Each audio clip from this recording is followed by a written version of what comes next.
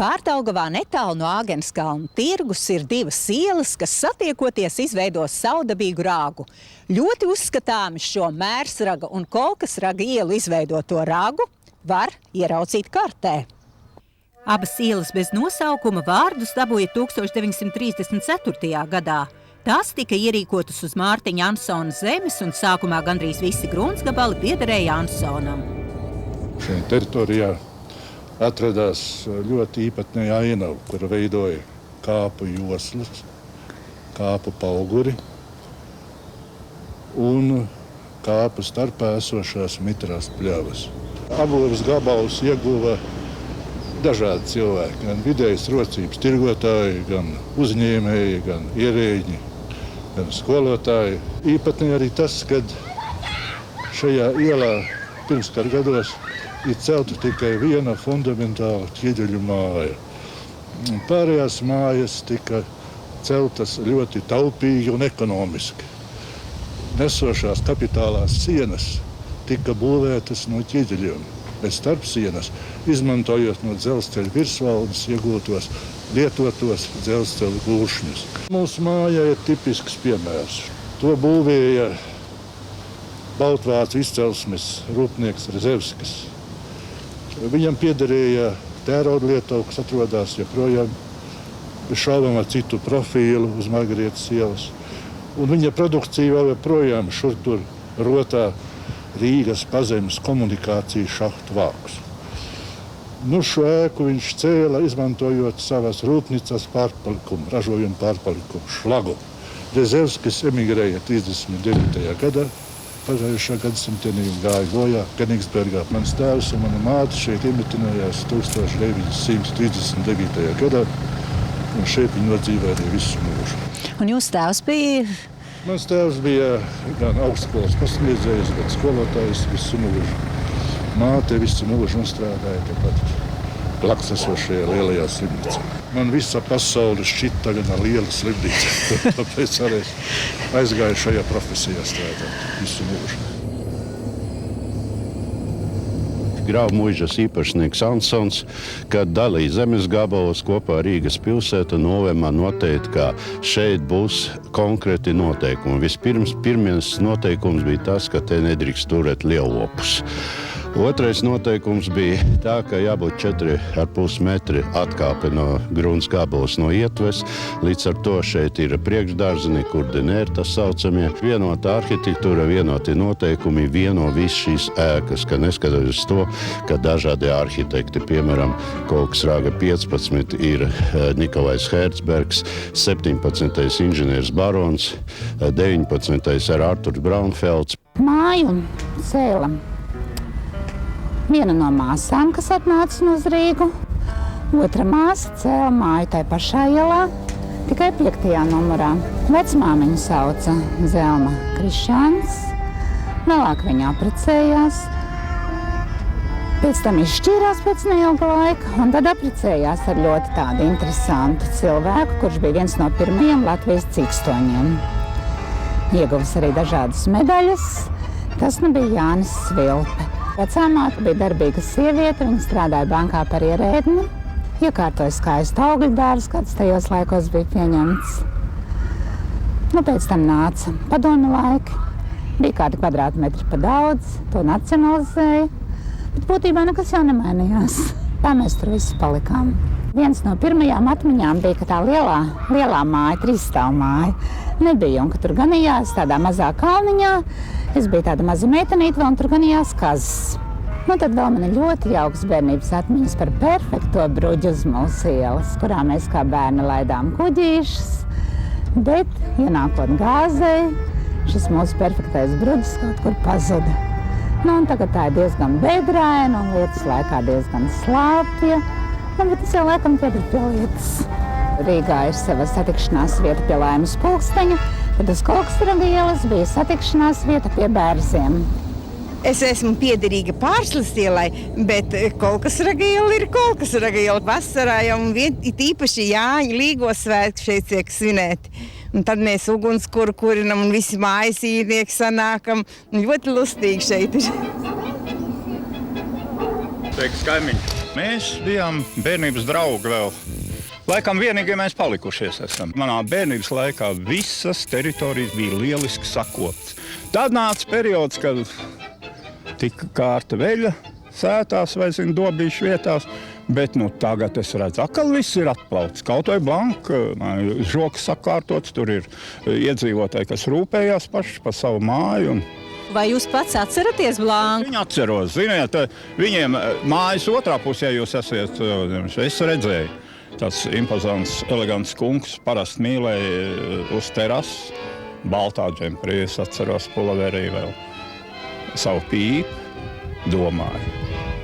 Viņš bija gan Pirmajā pasaules karā latviešu bēgļu laikraksta Dzimtenes atbalsts izdevējs, gan Latvijas Nacionāla demokrātiskās partijas dibinātājs, piedalījās arī atkarīgās Latvijas dibināšanas notikumos, sarakstīja ļoti teicamu grāmatu Tautiskā atmoda, bija sabiedriskais apsūdzētais Andrija Niedrs Rāva, par to gan ir dažādi komentāri.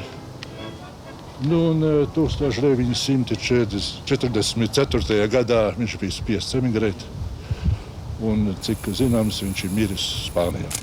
Kolkasrāgā iela 11.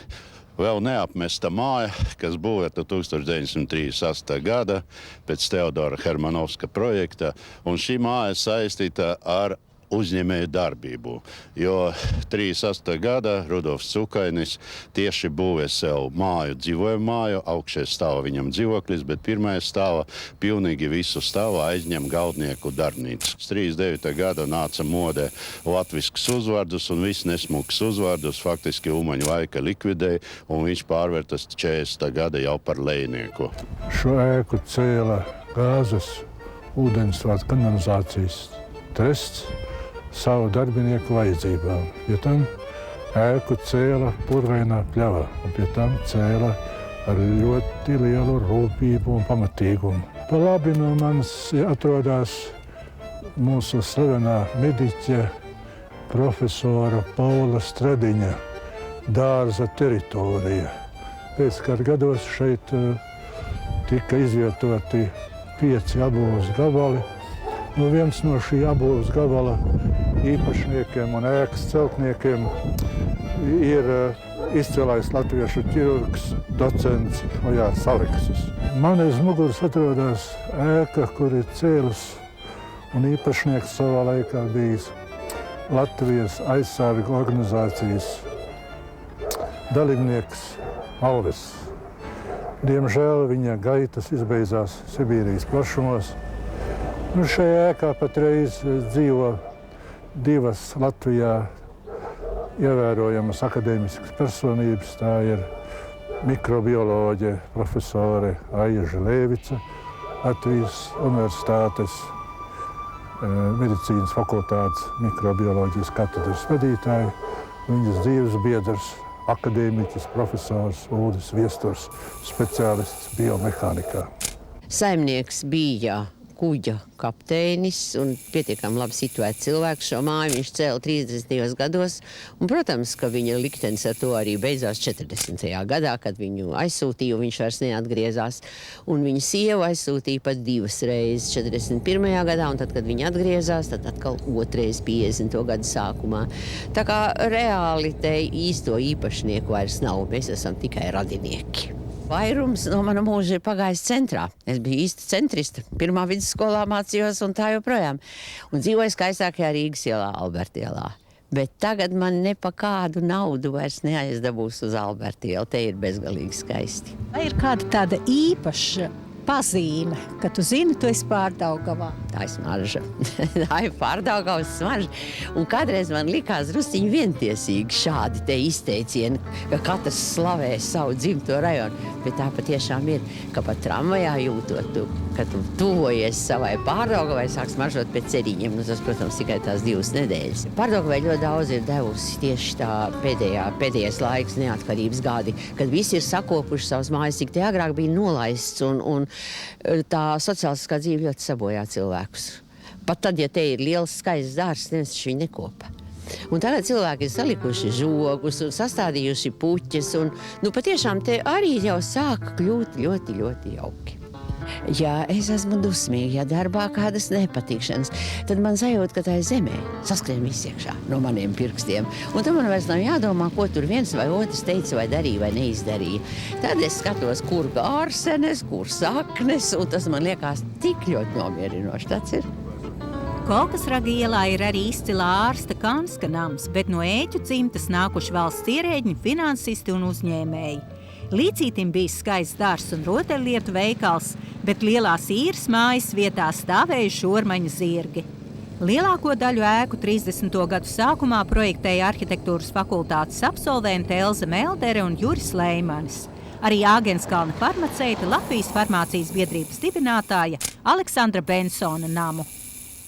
Kolkasraga un maza nometņa ielas stūri ir tāds interesants zaļais stūrīts, kas saistīts ar tiešu šā rajonā šīs ielas izbūves vēsturē. Jo te tieši atrodas Grauvu muižas ēkas, vēl dažas saimniecības ēkas ir saglabājušies. Te kādreiz bija staļļi, kūts, protams, priekš lielopiem, ko te varēja ganīt līdz 30. gadam. Un šis zemes gabals tā arī palika neapbūvēts, jo īpašnieks Ansons lēnām izpārdodot pārējos zemes gabalus sev atstāja tādu kā zaļu rezervātu. Koku trotuārs bija, un te nebija ne asfaltēts nekas, un te viņi jauni būdama, tur tādas peļķes bija, ka viņi vilka tādus zābakus un skrēja pa tam peļķiem, gandrīz tā. Jūs ar to Mērsraga ielas tur tiem puišiem, jā, vai Tomskjānis bija? Laba kompānija. Jā, laba kompānija. Es viņiem biju drusku tā kā vienam otram pa jaunu, vienam otram pa vecu, tāda pa vidu biju. Ar Apiņu kungu jūs kopā strādājāt? Es biju māsiņa, jā, bet pēc tam es izbiju par māsiņu, un tad es strādāju 22. nodaļā par saimniecības māsu. Kartē Kolkasrags, Mērsrags veido tādu rāgu, bet kā satika savā starpā, teiksim, Kolkasraga un Mērsraga ielas puikas? Šajā savās ģeogrāfiskajās paralēlēs mēs satikām labi. Un no manas pa labi atrodas kādreizējais volejbola laukums, kurā mēs visi pulcējamies, kur cīnījāmies ielu pret ielu vai arī pret kādu kaimiņu komandu. Izkāvamies brīžā no savā starpā, bet tā dzīvojam draudzīgi. Grib griezt vērību uz Vilmaņa māju. Šajā mājā ilgus gadus ir dzīvojuši teicami inženieri, tehniskie darbinieki. Te es gribētu minēt vienu no izcilākajiem Latvijas tērauda konstrukciju inženieriem Alfredu Eglīti, kurš savā laikā bija arī pirmās Latvijas futbola čempionu vienības Liepājas Olimpijas uzbrucējs. Gribu pieminēt arī viņa dēla Viktora Eglīti, teicami konstruktoru inženieri.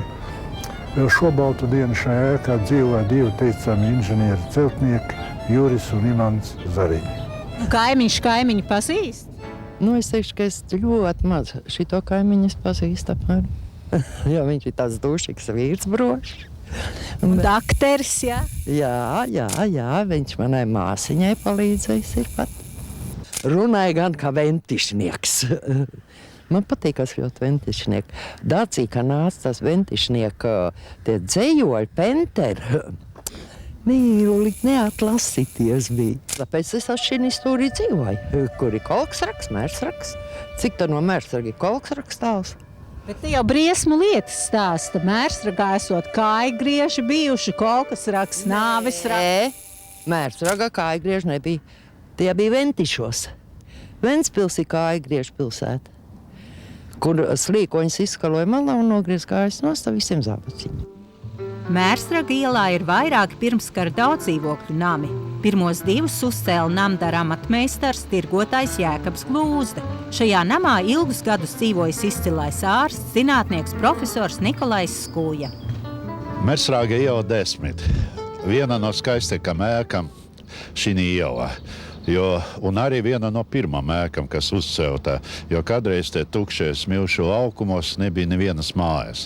Un tad grāmattirgotājs Krišs Kubelis nolēma te būvēt savu savrupu māju ļoti skaistu pēc inženiera Hotes projekta, jo šī māja ir interesanta kā konstruktivisma stila ēka. Jo 1935. gada tieši nāca mode šis stils, un te ļoti daudz ir horizontāls līnijas, teiksim, sandriki virs logiem, arī interesanta virsgaisma, jo virsgaisma sadalīta ar mazu nojumīti virs durvīm. Vislabākā atpūta esot nomaļās vietās. Izrādās par to ir domājuši arī Rīgas ielu vārda devēji, jo lūk, šī ir atpūtas iela, bet tur tālāk tā ir Nomalas iela. Un atpūtas ielā 14 dzīvo viens no televīzijas panorāmas veterāniem.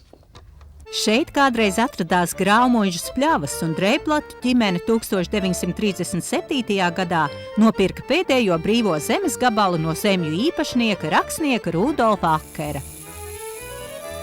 Kā tas sanāca, Alfred, ka jūsu vecāki apmetās te Sliežu tūmā? Nu, redziet, viņi bija dzelzceļnieki, un tāpēc viņiem nebija bail no tā trokšņa, kas tagad, kā saka, daudzus atbaida.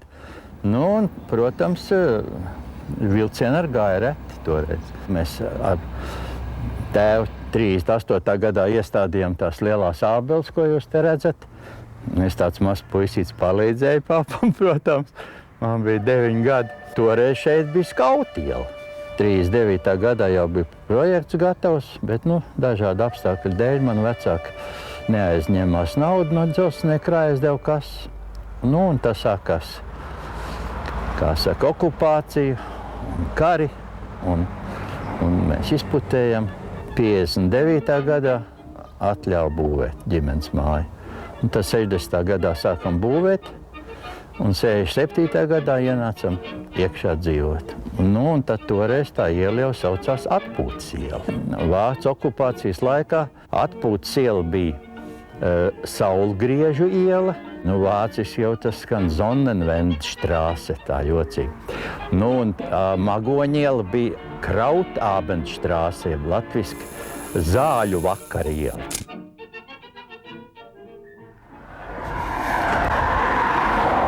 Šeit arī ir tāda zīmīga vieta Atpūtas ielā, kas saistās ar Otro pasaules karu. Tas bija 44. gada oktobra pirmajās dienās. Šeit nokrita padomu lidmašīna mestā bumba. Uz tām sliedēm stāvēja vācu municijas vilciens. Un acīm redzot, Krievi izlūk bija dabūjuši zināt, ka te tāds municijas vilciens stāv. Protams, ja būtu trāpīts par to vilcienu, tad te puse Āgenskalns būtu aizgājis pa gaisu. Ulmaņlaiku skautu iela bija zemesceļš ar dēļu ietvēm, ko ierīkojas katrs saimnieks. Padomju gadu Atpūtas ielu daļrunīgi raksturo Alfrēda Drēplata fotogrāfijas. Tagad te ir asfalts un automašīnas līdz Liepājas ielai joņo uz nebēdu. Gājējiem ietves nav un droši var justies tikai uz staciņas pie dzelzceļa. Nomalas iela ir nāk Nomalē. Kādreiz viņa bija vilcēna iela, kā jau es stāstīju. Tie vilcēni bija domāti kā mazskauti. Un tad pēc kara, varbūt varēja palikt vilcēni. Tas ir dzīvnieciņš vilcēns, bet cik es zinu, Rīgā bija tāda vilcienu iela. Un tad, laikam, lai nejauktu galvu cilvēkiem, vilcienu un vilcēni, tad, acīm redzot, nokrustīja pa Nomalas ielu. Interesanti ir tas, ka tie mājas numuri ir viens pēc otru. 1, 2, 3, 4, 5 un tā tālāk. Varbūt vienīgā Rīgas iela, kura pār un nepār cipari ir vienā pusē. Pilnīgi iespējams. Kara beigās daudzi Atpūtas un Nomalas ielas iedzīvotāji pameta savus mājas, baidoties no dzelzceļa bombardēšanas. Arī Drēplatu ģimene pabija gan Kurzemē, gan Vācijā. Tomēr atgriezās savā Atpūtas ielā, toreiz 13. namā. Tādā zemā vietā viss tā Atpūtas iela un viss tā apkārt. Tā Atpūtas iela jau būtībā uzbērti, vairāk, pat metri šeit vairāk uzbērti zemi. Un tur, kur šī māja atrodas, tur kādreiz bija tāds kā purviņš pilnīgi, un ūdens bija, un purviņš, un kūdra, un kara laikā pat varēja rakt kūdru, izžāvēt un kurināt krāsni. Tas ir Āgenskalna pirts, ja bijušās Āgenskalna pirts lielais skurstens, ko 50. gada beigās te uzcēla, jo toreiz pirts bija modē, vannas istabas reti, kuram bija. Nu, un es jau toreiz strādāju televīzijas panorāmā, un tepat es dzīvoju Atpūtas ielā, toreiz 13, un tā es redzēju, kā mūrē, un tā es to skurstenu, un tā es sagaidīju, ka tur mūrēs to pēdējo kārtu, un es panorāmai piedāvāju, kad uztaisīsim vienu sižetu. Sarunāju operatoru, vienu ārštatu operatoru, jākāp augšā, filmēt, kā to pēdējo kārtu mūrē. Un tas operators atsakās viņam reipstot galvu. Viņš iedomā kameru, un es rāpjos augšā. Tad tur pakāpieni bija, jūs atceraties? Precīzi neatceros, bet 50 metri, to jau jūs labi variet redzēt. Arī man bija līdz, šis te fotoaparāts. Es nebiju ielicis platleņķu objektīvu, bija parastais objektīvs, un tagad jūs redzat platleņķu objektīvus iekšā. Un tā es uzkāpu augšā, nofilmēju, kā mūrē to pēdējo kārtu, un arī tā pārliecies riskanti pa tā skursteņa malu, nofotografēju, kā tas mūrnieks mūrē, un tomēr tīri labi bildi iznāca.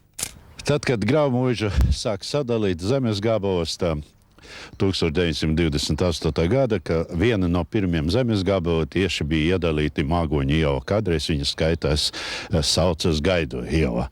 Un Gaidu iela vai Māgoņu iela 7, viena 1929. gada uzcelta viena no pirmām ēkām bijuša Graumuižas teritorijā. Vaks Māgoņu iela 9, tagad tukšais zemes gabals, Latvijas universitātes docents, Latvijas zemes bagātības pētnieks, līnu pētnieks, inženieris ķīmiks Jānis Arvids Veidemānis uzbūvēja savu saurupmāju pēc saviem projektiem. Šī ir diezgan leģendāra persona, ne tikai dabas bagātnieku pētnieks, bet savā jaunībā viņš bija strēlnieku pulkos, daudz karoja Rīgas fronte, pēc tam viņš nokļuva, kā jau visi latviešu izcelsmes karavīri vai strēlnieki vai virsnieki, nokļuva Juģeņiča armijā, kur dienai atkal partizāņu nodaļa bija ievainots un beigas piedalījies arī brīvības cīņas. Magoņu ielas pretējā pusē, skaistā arhitekta Selzas Melders projektētā namā, dzīvojuši vēl 2 karavīri. Māju uzcēla cara un Latvijas armijas virsnieks mākslinieks Fridriks Vīksne, bet pēc 2. pasaules kara te apmetās sarkanais latviešu strēlnieks Pēters Griško. Es domāju, tā kā nevienai paudzei līdz šai dienai nevienam tik smagi nav gājis. Tie, kas palikuši dzīvi šodien, tie ir kā uz loterijas vinnējušas. Bet man arī sviedies, ka tiešām esi palicis pēc 3 kariem, pēc 37. gada dzīves, un pie tam vēl arī žigulu vinnējis uz loterijas. Ko dzirdē, ka lielākā var būt šī ziņā, ja? Laimīgs. Bet tas, kas ir pārdzīvots, tas ir, var teikt, viens no vissmagākiem un grūtākiem. Mēs ar brāli rokam ābelīti gatavojamies iestādīt rekordu. Šī te jau izaugusi pāris gadus jau daudzus atpakaļ. Un tad diezko dziļi mēs jau neparakām, bet tad skatās, uzdurās. Kaut kā tā kā kaste, tā kā kaut kas ievīstīts. Un skatāmies rekordu tāds zobens, un tas nebija vienīgais. Sanāca tā, ka bija 2 zobeni. Viens ir Latvijas kara virsnieka, armijas oficiālais tas parādes zobens, un šis ir Mikolaja armijas zobens, jo tie abi ir piederējuši šīs mājas cēlēni. Fridriks Vīksne un sieva bija Lidija, un tad sieva strādāja tepatās Stradiņu slimnīcā, un viņš bija beidzis mākslas akadēmiju un kara topogrāfs. 44. gadā viņi brauca diemžēl bija spiesti prom no Latvijas doties, kā jau kara virsnieks. Tad viņi ieraka to zobenu šeit. Tur bija arī vieni rakšanas darbi, kaut ko mēs tur rakām, un tad uzgājām tādu interesantu piena lielo pudeli litrīgo. Un tajā pudelē bija satīstīti visādi vīstokļi un fotogrāfijas.